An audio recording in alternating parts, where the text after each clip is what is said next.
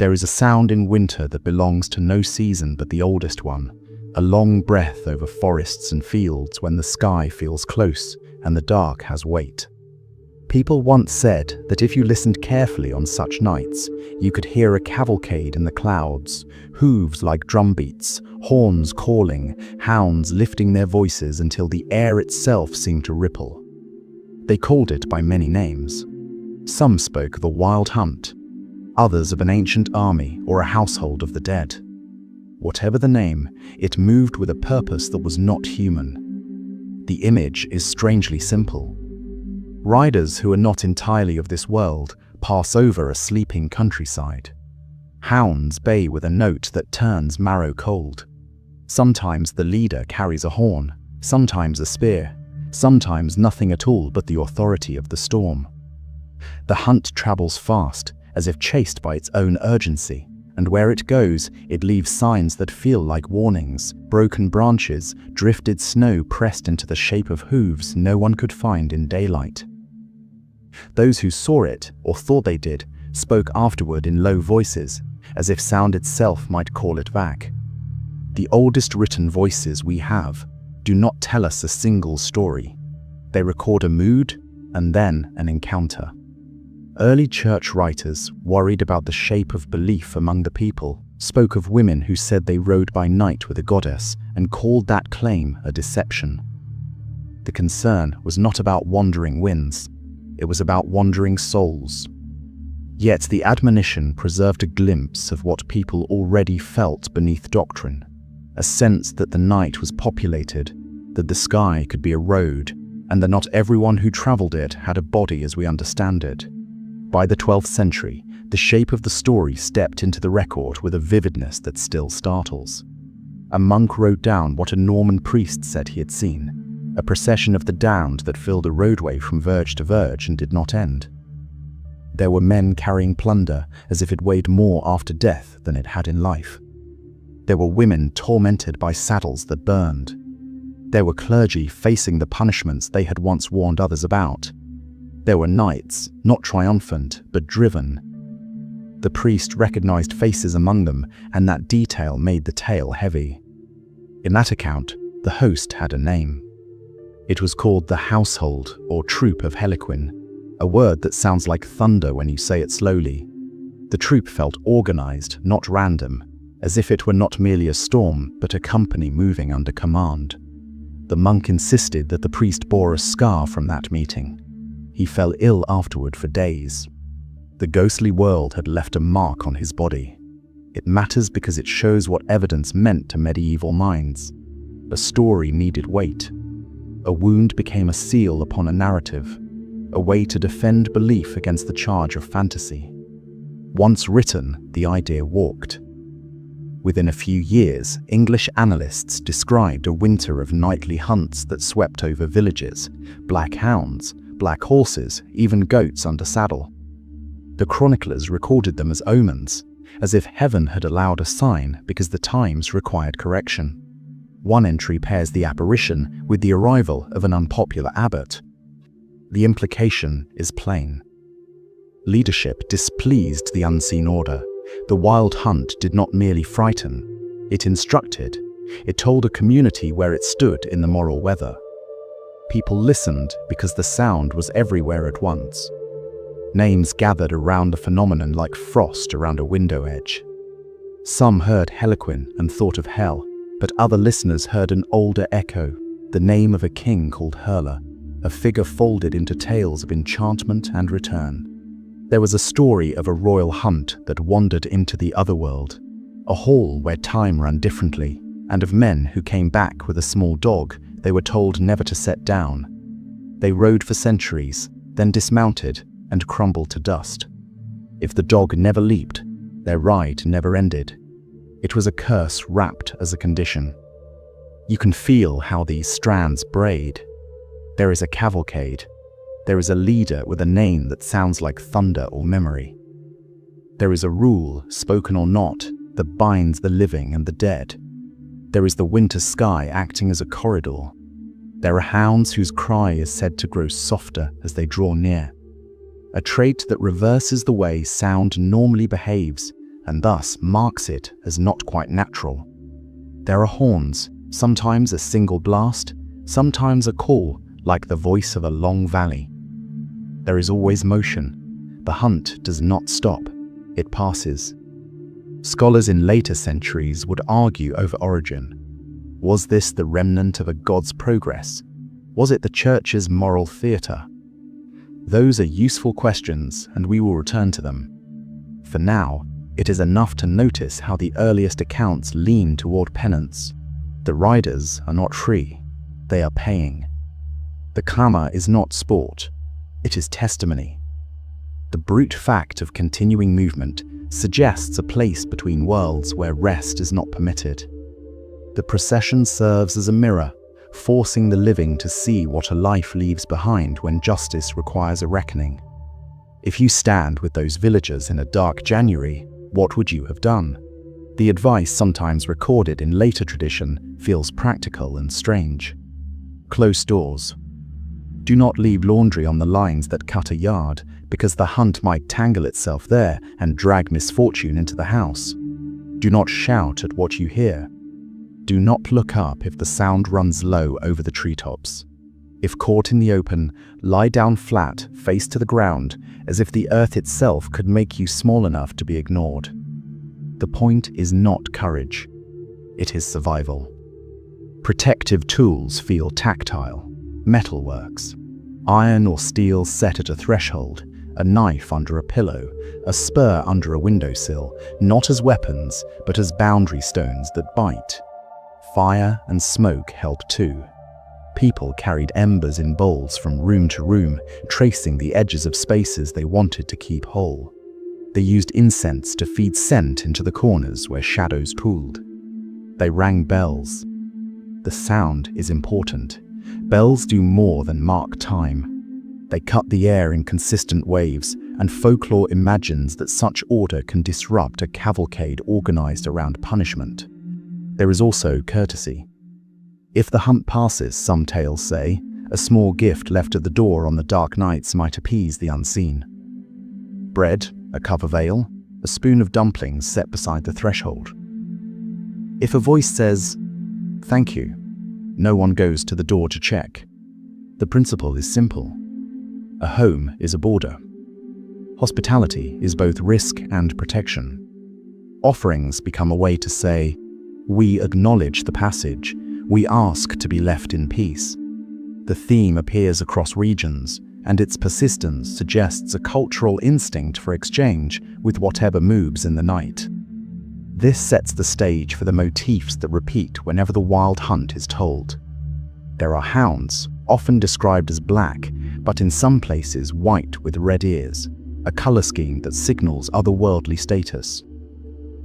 There is a leader who can be a god in memory, a ghost in a forest, a stern lady associated with spinning, or a lord of an underworld.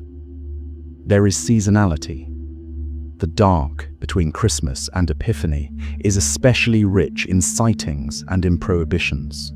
The wind matters. A gale can become an army if you are prepared to hear it that way, and many were.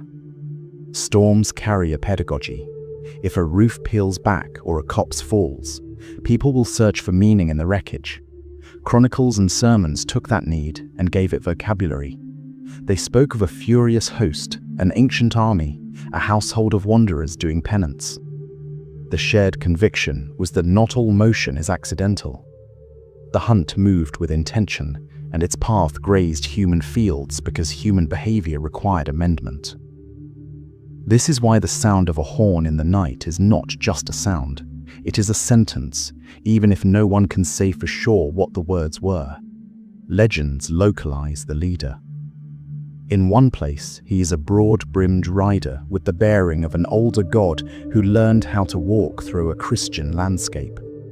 In another, he is a horned huntsman who haunts a royal forest and rattles chains. In a third, he is a lord of the otherworld who gathers souls with white hounds. In a fourth, she is a bright lady of winter who rewards industry and punishes sloth, sometimes with a blade too sharp for metaphor. The faces change. The hunt remains. Communities see themselves in the mask they place at the head of the troop. Think of winter as a liturgy that a whole region keeps, even when no one names it. Nights are long. Work is heavy with the obligations of the year, and yet the fields sleep. People draw closer to fires. Stories become the shape of evenings because they pace the hours. Within that ritual of time, the wild hunt becomes both a story and a schedule. It is expected at certain thresholds, the 12 nights, the last day before a feast, the hinge of a year. It is absence that becomes presence. The quality of the air changes, and people know what that means. One reason the wild hunt endures is that it resolves a contradiction. Death should be still, yet there is so much human life that refuses rest, wrongs unrighted, loves unresolved, sins without clean endings. A procession that never stops becomes a way to imagine what cannot be resolved while the world turns. The hunt gathers the unsettled and gives them a route, not because the destination is clear, but because motion itself is a kind of penance. The living who listen learn to reckon with that. They hear the hoofbeats and understand that time can punish. Yet fear is only one register. There are stories of courtesy rewarded. A hunter doffs his cap to empty air and finds a haunch of game left as thanks on the threshold. A woman lights a lantern and holds it steady as the sound passes, and her house is spared in the storm. Sometimes these gifts turn in the morning to bone or to rot, and the moral is a warning against greed. Sometimes they do not.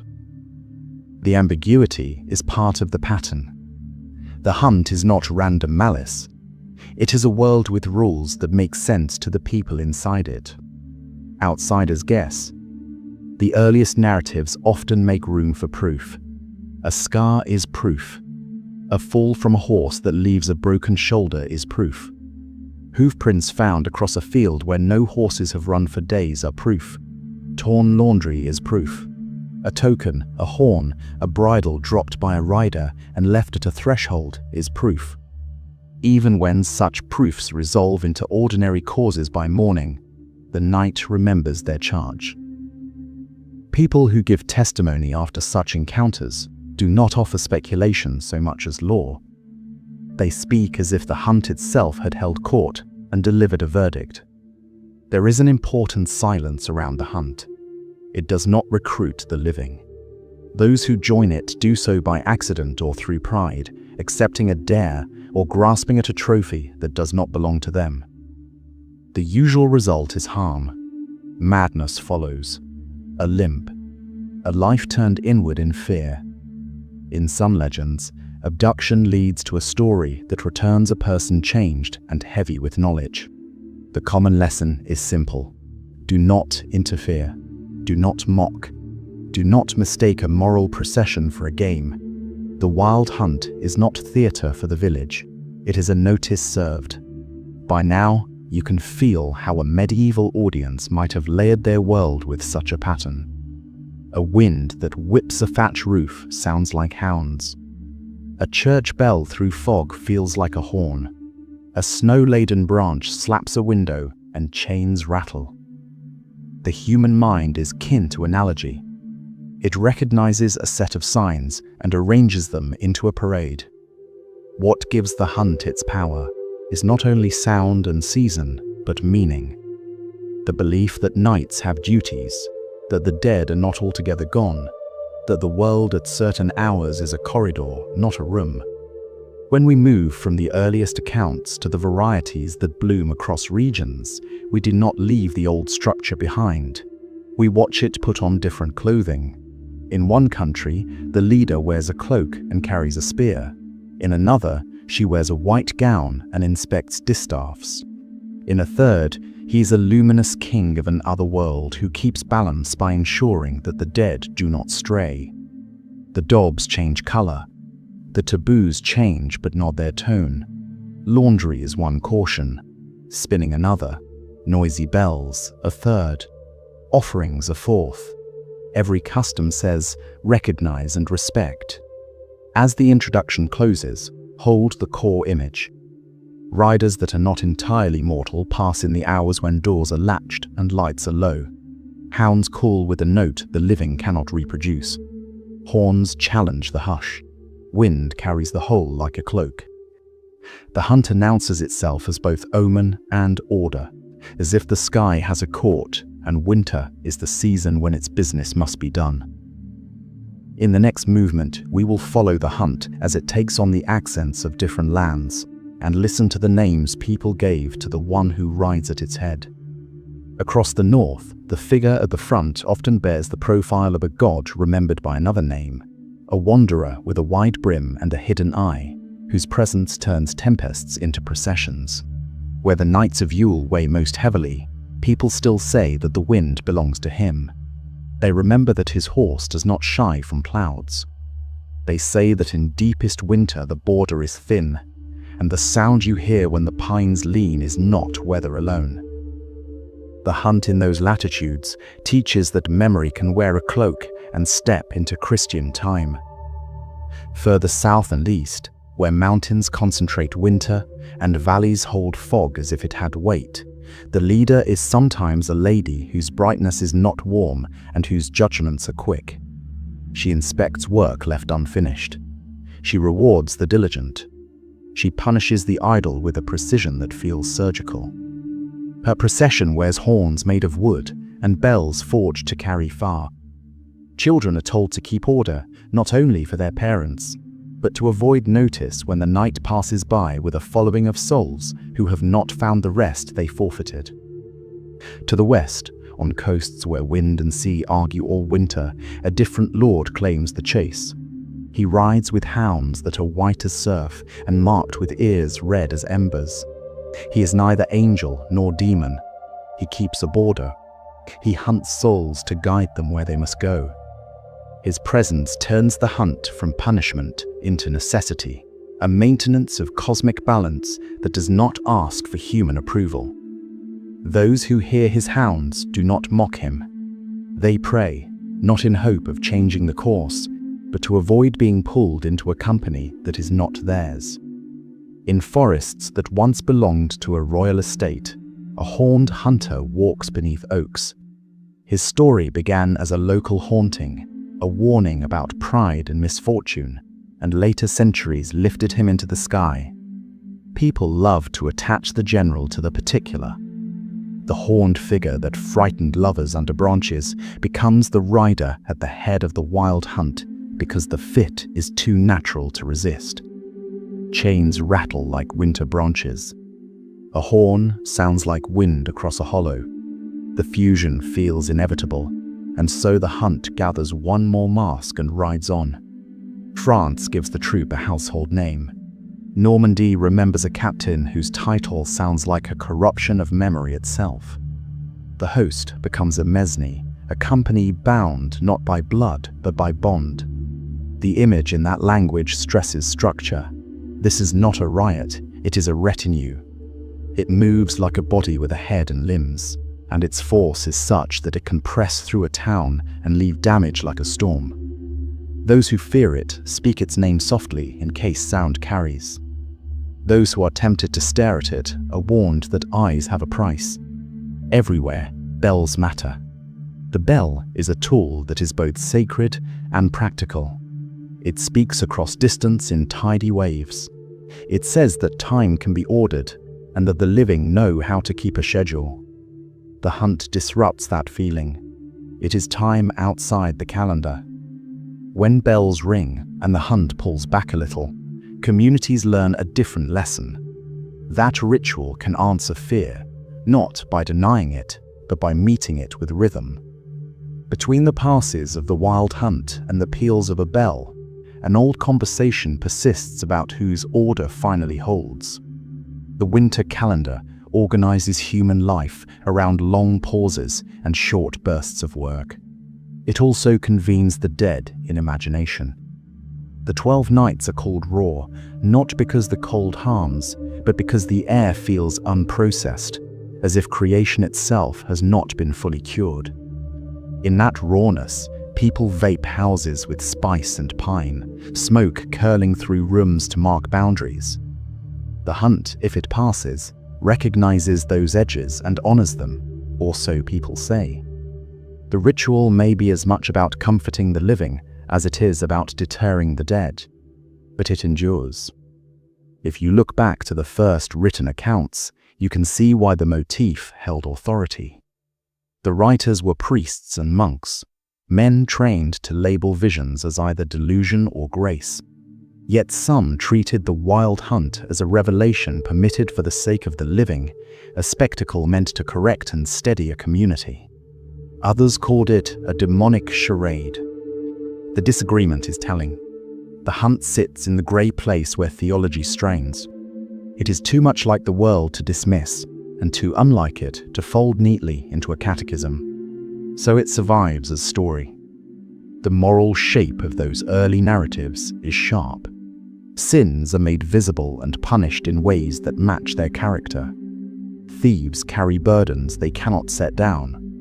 Those who chased flesh are pierced by the very saddles they once desired. Clergy who failed their charge march with heads bent under symbols of their office turned heavy. Knights who loved war for its own sake are driven before a storm they cannot master. The clarity is not subtle, but it is effective. A winter night with a wind at its back becomes a sermon. The sky itself seems to preach. What then do the living learn? Keep holy days. Finish tasks by the appointed time. Respect the margins the year provides. Do not elevate hunting above mercy or sport above Sabbath. Do not place pride above duty. Do not insist that your will is the only weather. These lessons feel domestic, even small, and that is precisely why the hunt is grand. It creates a vast theatre to correct habits that begin in a kitchen or a field. The scale shocks. The memory lasts. In a season when little grows, it cultivates obedience and reverence by showing consequences in motion. There is tenderness within the fear. Stories linger where a rider drops a parcel and a farmer who returns it politely finds a gift, meat or coin, on the doorstep by morning. Sometimes the gift spoils because greed, not courtesy, guided the hand. Sometimes it does not. The point is that even within a punitive procession, grace has a place. The hunt is not a chaos. It is an order with a hard face. If the living mirror that order with honesty, they can pass through the season unharmed, and perhaps even with a blessing so modest it hardly looks like one. With this foundation, we can spend time listening to the local languages of the hunt, the cadence in different lands, the sound each culture hears in the same winter wind. We will meet the riders by their regional names and watch how communities tuned the story to their concerns. Each version will keep the dogs, the horns, the winter liminality, and the taboos that protect the living from being caught under hooves. What changes is the face at the front and the kind of gifts and penalties the hunt dispenses. In those changes, a continent reveals its fears and hopes. In the far north, the wind itself feels ancient, and there the hunt often wears a familiar face. People speak of a wanderer with a slouched hat and a single piercing eye, riding a horse that crosses cloud as easily as ground. The nights around Yule belong to him. When the gale climbs the eaves and the snow makes every field a pale sheet, villagers listen and say the old one is riding. The host is heard more than seen. The sky becomes a long hallway. Hoofbeats arrive as a rhythm inside the storm. Stories say that at midwinter, when the sun lingers low and time feels fragile, the wandering god leads a company of the dead. They are the chosen of battle in older memory and restless souls in later telling. The hounds that run before them leave no tracks, yet their voices make the heart stumble. Horns sound with a cold sweetness that does not come from a human chest. Some nights the host rides high, a rumor in the clouds. Some nights it seems to pass just over treetops, so close that branches learn to bow. There are places in the north where the host has another name, a terrible ride that sweeps up hillsides and rattles doors. The very word for it carries a taste of fear. People say the safest act is to keep the house quiet and the doorway clean. A broom leaned across a threshold is more than a tool. It is a sign that the family is awake to the ways of the year. In a few tales, a traveler throws himself flat by a stone wall as the sound descends, and the company passes like wind over grass. Not every rider in the northern memory is the same lord. Some valleys speak instead of a woman with a terrible beauty who leads a loud procession along ridge paths, drawing wild beings to her cause. The point is not uniformity, it is resonance. A winter storm sounds like a hunt. A hunt sounds like a judgment. The sky seems briefly owned by someone who is not the living farmer or fisher below. The lesson is to listen, to make peace with the night rather than challenge it, to keep the door barred and the fire steady. As the story moves south into the German lands, the name most heard becomes the wild hunt itself, or the furious host. The leader varies with county and with the teller. In one region, he is remembered as Woad, the old god in travel clothing. In another, he is a nobleman cursed for hunting on a holy day. In another, the front of the troop is given to a figure with horns, or to a devil who sets a pace no living horse can match. The host remains a clamor that shakes shutters and stirs cattle. Women lead the hunt here as well, but their power is not carried on spear or horn. It is carried on the distaff and the household rule. A bright lady of winter walks with a following of souls and spirits, and she visits houses around the 12 nights to inspect work. If spinning is left half done, if flax lies snarled on the wheel, if the household fails the standard of diligence, she cuts. In legend, the cut is literal. Stomachs are slit, bellies stuffed with straw, the body resewn and left as a sign. The images are sharp because the point is social. This lady has many faces.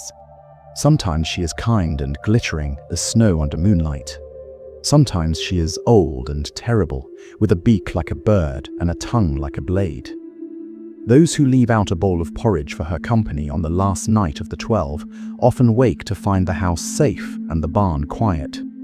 Those who forget or mock the custom find milk curdled, thread snarled, or a sickness in the household that resembles a winter fever. Even in punishment there is a standard. Respect the season and finish the task. Across the foothills and valleys of the Eastern Alps, the story becomes public ritual. Men and women dress in masks with horns. They strap on heavy belts with bells the size of fists. They run through streets in torchlight while the bells speak across snow-packed squares. The sight celebrates the banishing of the dark and the shaking out of the old year. It also reenacts the passage of the winter host in a form a village can hold. Children watch with fear and delight. Adults cheer and laugh. The bells are not only noise, they are medicine. During the raw nights between Christmas and the Feast of the Kings, customs multiply. Laundry is not left on the line because cloth on a string is a net, and what the company tangles in, it claims. Doors are smudged with incense smoke. Stables are warped with a live coal held out like a moving ember star. A spoon of food is set aside for unknown guests. The effect is twofold. It honors the older rhythm that says, "The dead walk now." It calms the living by giving them actions that speak back to the sky. In many German tales, the wild huntsman himself appears at a crossroads and asks a courtesy. Hold his horse for a moment. Carry a message to a farm a mile on. Tie a branch to a low limb to mark a path. The wise refuse in ways that are still kind. The foolish agree and are dragged along the road until their knees are ruined, or they deliver the message and find a curse in their mouth that takes a priest to remove. The moral is precise. Do not take orders from a storm. Even courteous words can carry danger. Within the same landscape lived the memory of a hunter condemned to ride forever because he raised sport above prayer. He passes with dogs that wear fire in their mouths, and with every pass he loses one more part of his former self, a piece of name, a bit of face. Sometimes he hurls a haunch of venison at a cottage door to thank someone who bowed. Sometimes that meat turns to carrion by dawn, teaching those who received it that gifts given by a cursed rider are never meant to sustain the body, only to test the soul. Farther west, the image shifts again. In France, the host is a household that belongs to a master whose name rings of iron. It is spoken as the infernal chase or as the household of Heliquin. It is a company of the restless dead driven by demons or by their own lack of peace. It is also a crowd that a poet can use as a figure for civic disorder. A city breaks into riot, and someone says the household of the phantom captain has swept through. This is not merely metaphor. It shows how easily legend offers language. There are regions where a familiar king is said to lead the host, a ruler lifted after death into a punishment that looks like duty. He rides to atone for pride or for the wrong kind of conquest. In such telling, the hunt becomes a public penance march for the powerful. It teaches that even a great name does not spare a soul from the consequences of a life. Listeners learn to connect storms to courts. They hear thunder and think of judgment. They see branches stripped and imagine a lance. The night holds court in a way people can understand. On islands and capes where Atlantic winds speak with a salt voice, the host is heard as a chase of dogs rather than a troop of riders, and the dogs are often skyborne. They gallop over moor and cliff, and their yelps carry like the cries of migrating flocks. In one county, they are called the devil's dandy dogs. In another, they are Gabriel hounds, a name that tries to make terror feel safer by placing it under an angel. People hear the cries growing louder as the pack draws farther away and softer as it draws near, a reversal that proves the uncanny. In forests where oaks remember kings, there is a horned hunter whose chain clatter can startle a company at midnight. His story begins as a local warning. It becomes a national figure because playwrights and antiquarians cannot resist the fit. A ghost with antlers in a royal park is too ready a mask for the leader of any spectral chase. So the horns move from bark and leaf to cloud and wind. The story widens. The wind through the columns under trees becomes the lesson of not boasting and not trespassing in sacred places of power. Across Wales, the hunt takes on a different duty. There is a lord of the other world who keeps the balance by collecting souls, and his hounds are white as surf with ears red as live coals. He rides when the year turns and the air thins. Those who hear his pack know that a life is being taken to its destination, not stolen. He is not a demon in this telling. He is a keeper of order that is larger than human law. People hide because they are humble.